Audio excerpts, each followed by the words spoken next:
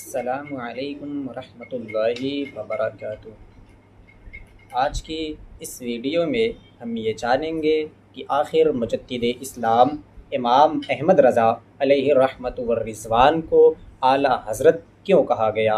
حالانکہ بعض لوگ یہ اعتراض کرتے ہیں کہ جیسے باقی لوگوں کو تعظیم کے پیش نظر حضرت کہا جاتا ہے تو امام احمد رضا کو حضرت سے اعلیٰ حضرت کہنے کا کیا مطلب؟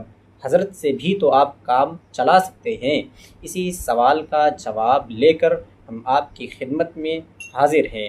سب سے پہلے ہم یہ جانتے ہیں کہ اعلیٰ حضرت کا معنی کیا ہے۔ تو بتاتا چلوں آپ کو کہ اعلیٰ حضرت کا معنی ہے بڑے حضرت۔ عام طور پر علماء و حفاظ و قراء و مشائخ کو حضرت کے لقب سے پکارتے ہیں۔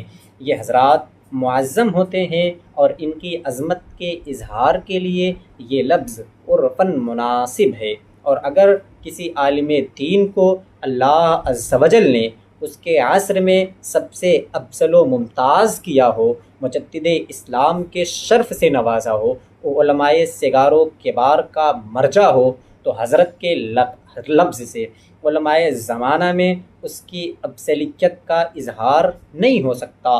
اسی لیے علماء و مشائخ نے مجدد اسلام امام احمد رضا علیہ رحمۃ والرضوان کے لیے اعلیٰ حضرت کا لقب پسند کیا۔ وہ یقیناً اپنے علم و فضل کے لحاظ سے کئی صدیوں کے علماء میں بڑے حضرت اور اعلیٰ حضرت تھے اور آج بھی ہیں۔ اگر عام طور پر علماء و مشائخ کو حضرت کہنے میں حرج نہیں، تو جو ان سب میں افضل و ممتاز ہو اسے اعلیٰ حضرت کہنے میں بھی کوئی حرج نہیں سمجھنا چاہیے۔ جیسے امام اعظم ابو حنیفہ رضی اللہ تعالی عنہ کو دوسرے ائمہ مذاہب پر فوقیت و فضیلت حاصل ہے تو انہیں امام اعظم کہا جاتا ہے۔ اولیاء میں حضور غوث پاک کا مرتبہ سب سے اونچا ہے تو انہیں غوث اعظم کہا جاتا ہے۔ کچھ اسی طرح کے فضائل و امتیازات کی بنا پر پہلے کے کچھ فقہا و محدثین کو شیخ الاسلام، صدر الشریعہ، تاج الشریعہ اور امام المحدثین وغیرہ القاب سے یاد کیا جاتا ہے۔ حالانکہ انہیں امام، غوث، شیخ، فقیہ اور محدث کہنا بھی بجا تھا، مگر ان کے علم و فضل کا اظہار انہی القاب سے ہوتا ہے۔ اس لیے صدیوں پہلے کے علماء، فقہا اور محدثین نے اس طرح کے تعظیمی القاب ان کے لیے اختیار فرمائے۔ ایسے ہی لفظ حضرت اور اعلیٰ حضرت کو بھی عرف زمانہ کے تناظر میں سمجھنا چاہیے۔ مسلم کامل کے لیے اعلیٰ کا لفظ بولنا قرآن حکیم کی آیت کریمہ وَأَنْتُمُ الْأَعْلَوْنَ إِن كُنتُم مُؤْمِنِينَ سے ثابت ہے۔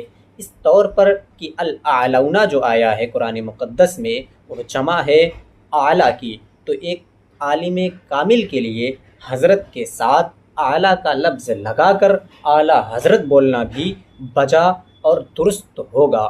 اس طرح کے القاب پہلے اور بعد کے تمام زمانوں کو سامنے رکھ کر نہیں چنے جاتے، بلکہ اپنے زمانے کو سامنے رکھ کر چنے جاتے ہیں۔ اس لیے یہ حقیقت ہمیشہ ملحوظ رکھنی چاہیے۔ دراصل اعلیٰ حضرت کا لفظ تعظیم و عزت کا لقب ہے جو بڑے علماء و مشائخ اور بادشاہوں کے لیے بولا جاتا ہے۔